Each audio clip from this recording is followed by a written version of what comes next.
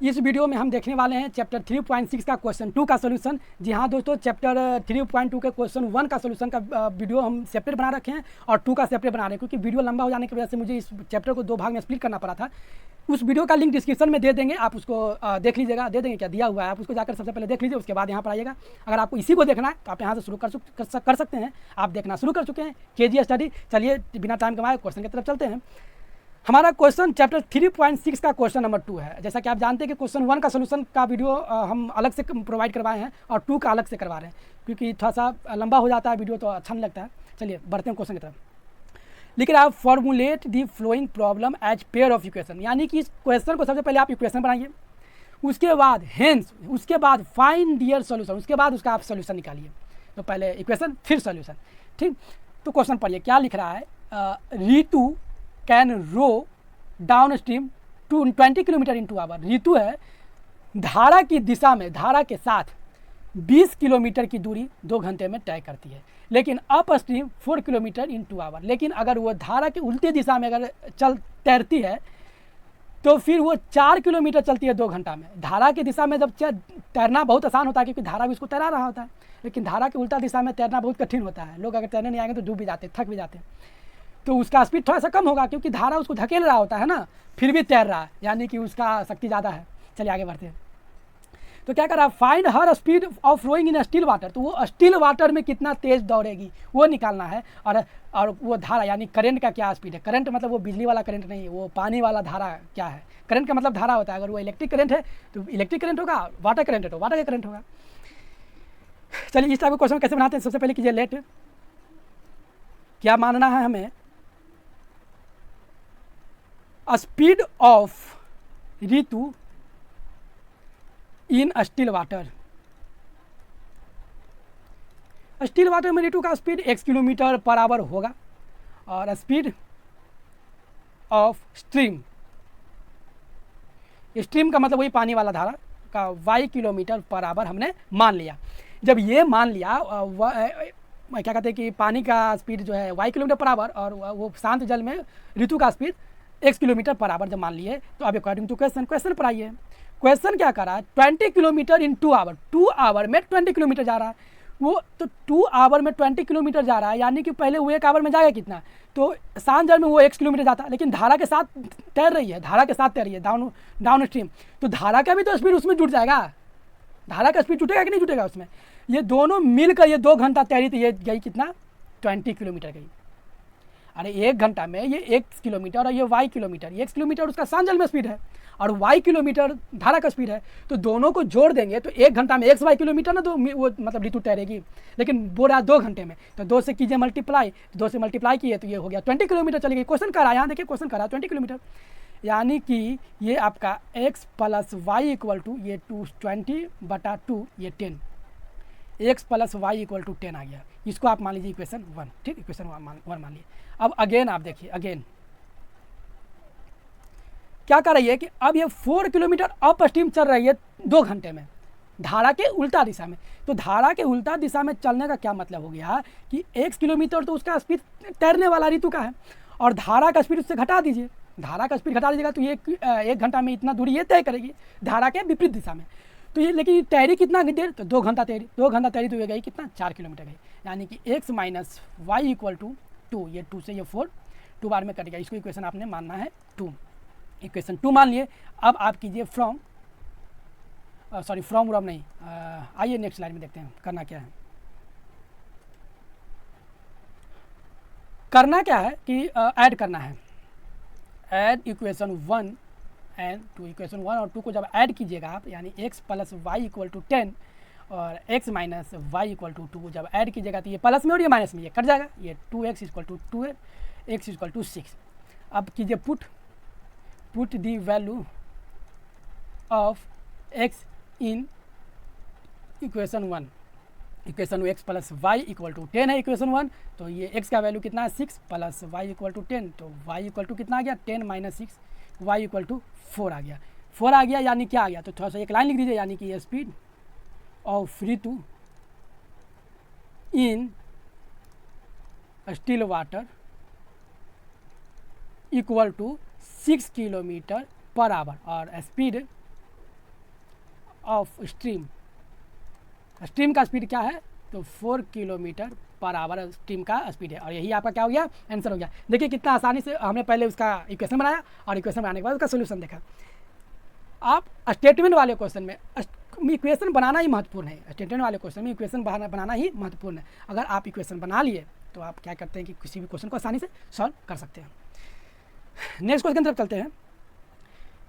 Second question number है 2 women and 5 man can work finish and embroidery work in 4 days.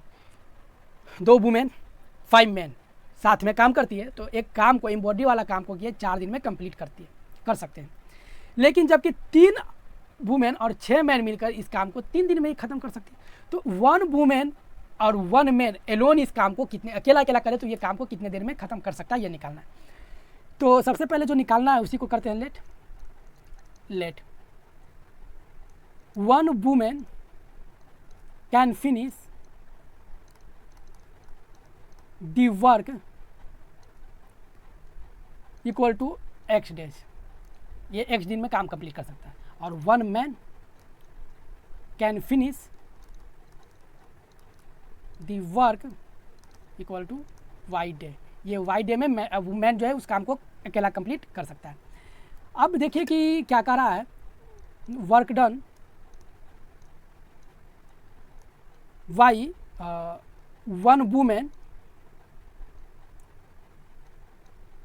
In 1 days, तो ये एक दिन में एक वुमेन कितना काम करेगी, तो 1/x करेगी। और work done y 1 man in 1 day, writing पर नहीं जाइएगा, राइटिंग थोड़ा खराब है, 1/y ये इतना वहाँ काम करेगी। अब अकॉर्डिंग टू क्वेश्चन क्या कर रहा है, क्वेश्चन कर रहा है कि 2 वुमेन काम करती है और 5 मैन, तो एक वुमेन एक दिन में 1/x काम कर सकती है, तो 2 वुमेन 2/x काम करेगी एक दिन में, ठीक। Plus 5 man can together finish, और 5 आदमी साथ में काम कर रहा है। एक आदमी 1/y काम कर सकता है एक दिन में, तो 5 आदमी 5/5y काम करेगा। लेकिन ये काम कर कितना दिन रहा है, 4 दिन रहा है, 4 दिन रहा है, तो 4 से गुना ना कीजिए, ये तो एक के दिन का निकला है और ये इक्वल टू एक काम को कंप्लीट कर रहा है, ये आपका आ गया। यानी कि 2x/5y इक्वल टू 1/4, इसको आप इक्वेशन मान लीजिए 1। ठीक इसी प्रकार क्या करना है, इक्वेशन 2 के लिए अगेन क्या करा, 3 वुमेन और 6 मैन, यानी कि तो 3 वुमेन और 6 मैन यानी कि 3/x प्लस 6/y कितना दिन काम में कंप्लीट करिए, तो 3 दिन में काम कंप्लीट करिए पूरे एक काम को। यानी कि हो गया 3 मल्टीप्लाई करेंगे तो ये हो जाएगा, कीजिए मल्टीप्लाई, तो मल्टीप्लाई करने के बाद होता है 9/x प्लस इसको कर देंगे तो हो जाता है 18/y इक्वल टू 1, ये 1 आ गया। आप इसको यहाँ भी कर सकते थे मल्टीप्लाई, कोई डाउट नहीं था। चलिए हम इसको मल्टीप्लाई कर ही देते हैं, यहाँ लिखने से कोई फ़ायदा है ही नहीं। इक्वेशन 1 में भी क्या करते हैं, मल्टीप्लाई करके लिखते हैं, तो करते हैं तो ये 8/x और ये 5 4 20/y, ये आपका इक्वेशन 1 आ गया। और ये आपका इक्वेशन 2 आ गया। इक्वेशन 1 और 2 दोनों आ गया। जब इक्वेशन 1 और 2 आ गया तो अब यहाँ से क्या कीजिए लेट का एक के लिए लेट कर लिया तो कीजिए substitute, TITUT substitute 1/x equal to m और 1 and 1/y equal to n substitute कर लिए, ठीक। अब सब्स्टिट्यूट करने के बाद फ्रॉम इक्वेशन 1 तो आपका इक्वेशन 1 में m का वैल्यू को सब्स्टिट्यूट करना है, तो इक्वेशन 1 में जब 1/x का वैल्यू को सब्स्टिट्यूट करेंगे तो ये आपका आ जाएगा 8m plus 20n equal to 1, क्योंकि आपका इक्वेशन 1 था क्या, इक्वेशन 1 था आपका 8/x plus 20/y equal to 1 था, ये आपका इक्वेशन 1 था। और इसमें जब वैल्यू सब्स्टिट्यूट करेंगे तो ये आ जाएगा। आप इसको मान लीजिए इक्वेशन 3, अब कीजिए फ्रॉम इक्वेशन 2, तो आपका इक्वेशन 2 था क्या, तो पहले जो इक्वेशन 2 था क्या था, 9/x प्लस 18/y=1 था, यही था। तो अब जब आप इसको सब्स्टिट्यूट कीजिएगा तो क्या आएगा 9m + 18n = 1। इसको आप मान लीजिए इक्वेशन 4। इक्वेशन मानने में आप कतराइएगा तो आपसे थोड़ा सा दिक्कत होने वाला है, तो इक्वेशन मानने में कभी संकोच नहीं करना है। अब जब ये आ गया तो अब यहाँ पर आप क्या कर सकते हैं कि हम अब इसको बनाते हैं। इसको बनाइए, यहाँ से लिखिए, यहाँ यानी कि क्रॉस मल्टीप्लिकेशन मेथड क्या करेंगे, using cross MULTIPLICATION method, cross multiplication method use करेंगे। तो जब ये यूज किए तो यहाँ से A1 का वैल्यू आपका क्या आ गया, इक्वेशन 1 से A1 का वैल्यू ये 8 आ गया, V1 का वैल्यू ये 20 आ गया और C1 का वैल्यू ये 1 आ गया। A2 का वैल्यू आपका यहाँ पर 9 है, B2 का वैल्यू आपका यहाँ पर 18 है, C2 का वैल्यू आपका यहाँ पर 1 है। जब सबका वैल्यू आ गया तो फार्मूला तो आपको पता ही है, फार्मूला पे पुट कीजिए। फार्मूला क्या है, m बटा में B1 into C2 minus B2 into C1, ये बराबर होता है n बटा में C1 बटा A2 minus C2 into A1, ये बराबर होता है 1 बटा A1 into B2 minus A2 into B1, ये होता है फार्मूला। अब जब इस पर सबका वैल्यू जब आप रखिएगा, सबका वैल्यू जब रखेंगे तो क्या आएगा, m बटा B1 का वैल्यू क्या है, तो B1 का वैल्यू आप देखिएगा कि आपका B1 का वैल्यू है 20। यहाँ पर देखिए सारा वैल्यू आप यहाँ पर देखिएगा, ठीक, सारा वैल्यू आप यहाँ पर देखिए। V1 का वैल्यू 20 है, मल्टीप्लाई करेंगे C2 का वैल्यू 1 है, माइनस में B2 का वैल्यू 18 और मल्टीप्लाई करेंगे तो 1 हो जाएगा, C1 का वैल्यू है n बटा में C1 का वैल्यू आपका है 1, A2 का वैल्यू है 9, माइनस आपका करेंगे 1 मल्टीप्लाई 8, C2 का वैल्यू 1 और A1 का वैल्यू 8, ये बराबर है आपका 1 बटा में 8 इंटू 18 माइनस 9 इंटू 20 के बराबर है।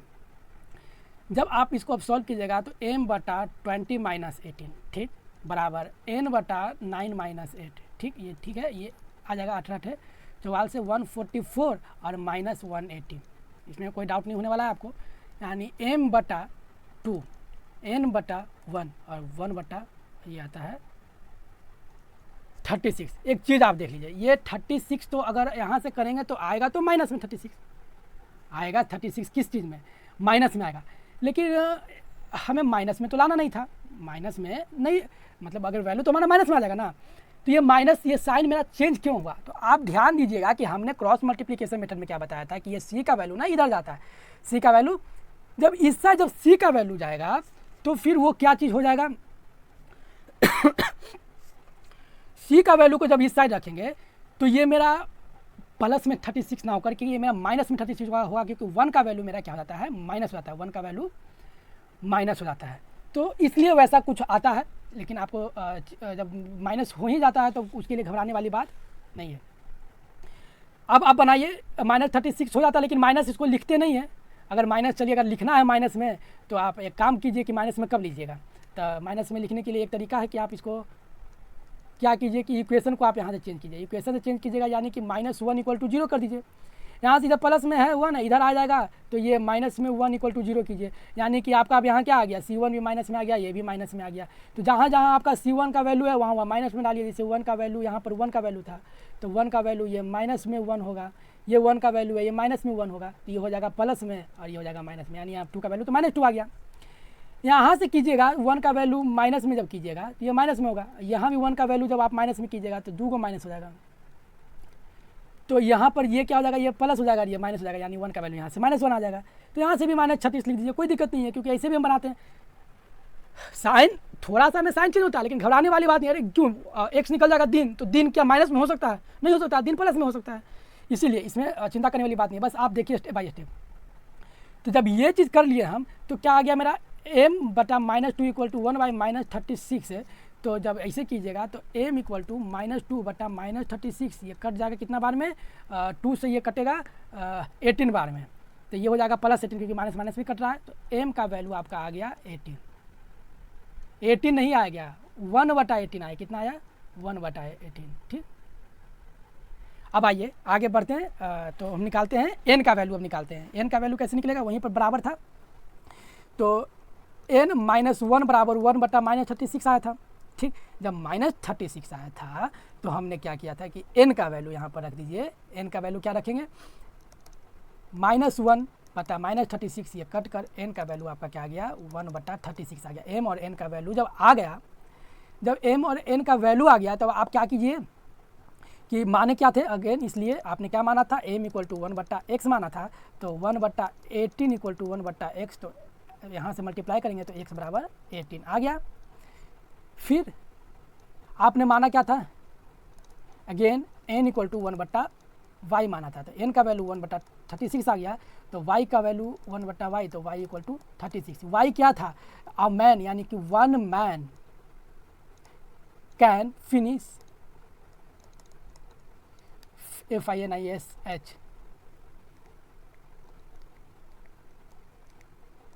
finish the work in 36 day and sorry x किसका था, x था, x वुमेन का था और y मैन का था। तो जब ये था तो मैन का 36 आ गया और वुमेन का कितना आ गया, y का 36 आया। तो 1 man women can finish the work in 18 day, x y का वैल्यू निकल गया। चलिए ठीक, बढ़ते हैं नेक्स्ट क्वेश्चन की तरफ। ये इस चैप्टर का लास्ट क्वेश्चन है, क्वेश्चन नंबर 3, और इस वीडियो का भी लास्ट क्वेश्चन है। थोड़ा सा लंबा हो जाता है तो उससे घबराने वाली बात नहीं है, ठीक ना, क्योंकि ये क्वेश्चन चैप्टर का मतलब इस चैप्टर का लास्ट एक्सरसाइज पढ़िएगा। इसका जब 3.7 पढ़ेंगे तो उसमें और लेंदी क्वेश्चन है, तो इसमें जब आप उब जाइएगा तो वो कैसे बनाइएगा, तो इसे मतलब बिना चिंता किए हुए आप इसको बनाइए, डरना नहीं है। मैथ से जब आप डर गए तो ख़त्म। चलिए क्वेश्चन पढ़ते हैं। Ruhi travel 300 kilometre to her home, partly train and partly bus. 300 kilometre वो ट्रेवल करती है अपने घर से, जिसमें अपने घर की तरफ, जिसमें कुछ ट्रेन से दूरी तय करती है, कुछ बस से दूरी करती है। लेकिन अगर वो सी टेक्स 4 आवर, वो 4 घंटे लेती है जब 60 किलोमीटर ट्रेन से और बाकी बचा बस से दूरी तय करती है। अगर वो 100 किलोमीटर ट्रेन से करे और बाकी बस से करे तो इसको 10 मिनट ज़्यादा समय लगता है। क्या लगता है कि 4 घंटा में 10 मिनट ज़्यादा समय लगता है। तो find speed of train and बस सेपरेटली और सी टेक 10 मिनट्स लॉन्गर। तो जब 10 मिनट ज़्यादा समय लगता है तो आप इस टाइप के क्वेश्चन को कैसे सॉल्व कीजिएगा, तो आइए सॉल्व करके बताते हैं। लेट सबसे पहले मान लीजिए कि क्या स्पीड ऑफ दी ट्रेन, यही तो निकालना, ट्रेन का स्पीड और बस का स्पीड। तो ट्रेन का जिसको निकालना रहता है उसी को तो मानते हैं हम लोग, आसानी से निकल जाता है। तो ट्रेन का स्पीड हमने मान लिया x किलोमीटर पर आवर। फिर स्पीड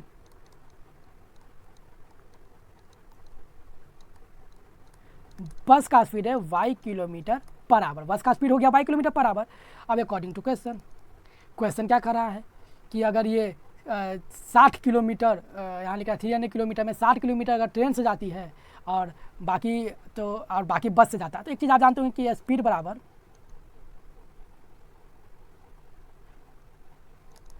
डिस्टेंस बटा टाइम होता है। तो टाइम बराबर क्या होगा, डिस्टेंस बटा स्पीड होगा। ये फार्मूला को आप देखिए और यहाँ पर इसको अप्लाई कीजिए। तो टाइम, सबको पहले टाइम में हमको चेंज करना है, क्योंकि 4 घंटा टाइम में दिया हुआ है, टाइम में चेंज करेंगे। तो इसका स्पीड ट्रेन का है x किलोमीटर और डिस्टेंस ट्रेन से तय करिए 60, ठीक। तो जो भी समय लगागा वो समय उस समय जोड़ देंगे। जब 60 ट्रेन से दूरी तय की तो बस से कितना करेगी, तो 300 में 60 घटा देंगे 240, तो बस से करेगी। तो बस का स्पीड कितना है y किलोमीटर पर आवर। ये जब दूरी तय करती है तो इसको समय लगता है 4 घंटा। इसको इक्वेशन मान लीजिए 1।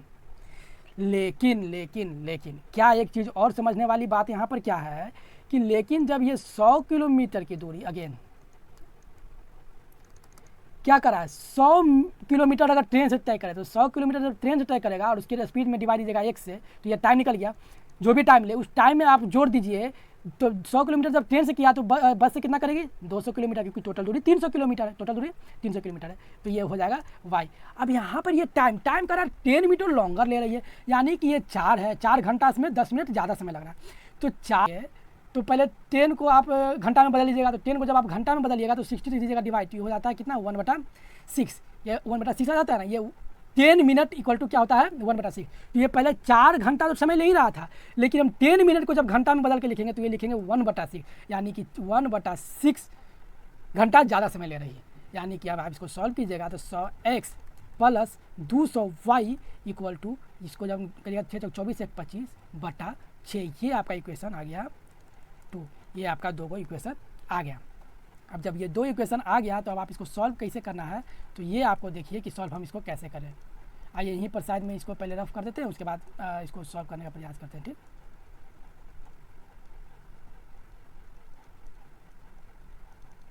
देखिए फिर कीजिए लेट नहीं सब्स्टिट्यूट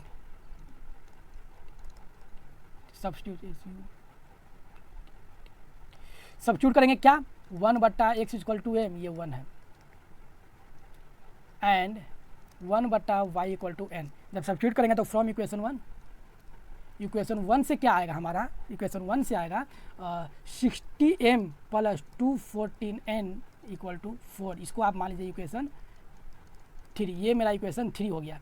फिर कीजिए फ्रॉम इक्वेशन 2, जब इक्वेशन 2 को जब आप सॉल्व कीजिएगा तो ये आपका आएगा 100m plus 200n equal to 25 equal to कितना आएगा, n इक्वल टू 25/6। जब 6 से मल्टीप्लाई कर दीजिए लाके तो 600m, ये m है। फिर ये हो जाएगा 6 2 12 n इक्वल टू 25, इसको इक्वेशन मान लीजिए 4, ये इक्वेशन 4 आ गया। यानी ये मेरा यहाँ से एक इक्वेशन आ गया बनाने वाला, और ये इक्वेशन यहाँ से आ गया। हमें इक्वेशन फॉर्मुलेट करना था, इक्वेशन हमने फॉर्मुलेट कर लिया। अब इसको करना है सॉल्व। इक्वेशन सॉल्व करने के लिए क्या करेंगे, equation 3 multiply by 10।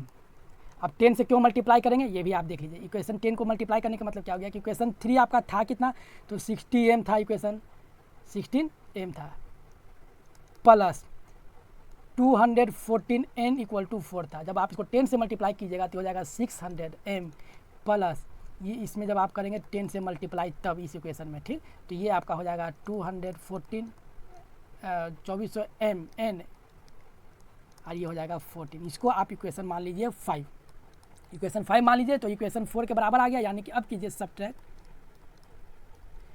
Subtract equation 4 from equation 5। Equation 5 से 4 को सब्ट्रैक्ट कीजिए तो इक्वेशन 5 क्या है, 600m plus 2400n equal to 14। और आपका इक्वेशन 4 क्या था, इक्वेशन 4 था 600m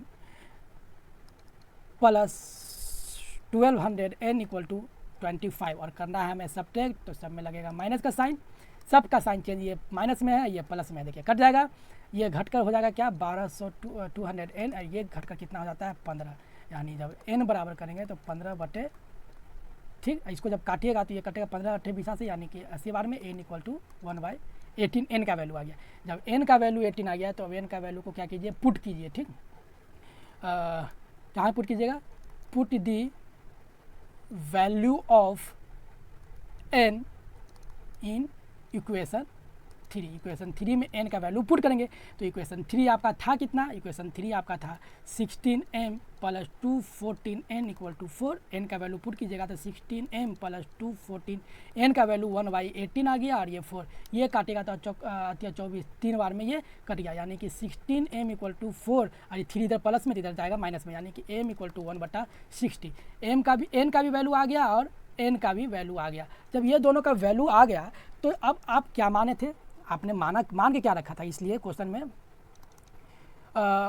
m equal to 1/x माना था। m का वैल्यू 60 आ गया तो 1/x, यानी कि x का वैल्यू कितना आ गया 16। फिर क्या मान के रखा था, again n equal to 1/y माना था। n का वैल्यू 1/18 आ गया, यानी कि y, यानी y बराबर 18। देखिए x y क्या आ गया, यानी x का किसका स्पीड था, x था ट्रेन का स्पीड, ठीक, किलोमीटर, ये किलोमीटर बराबर है, ये भी किलोमीटर बराबर है, ये हो गया ट्रेन का स्पीड, और ये आपका हो गया बस का स्पीड। यही तो क्वेश्चन था।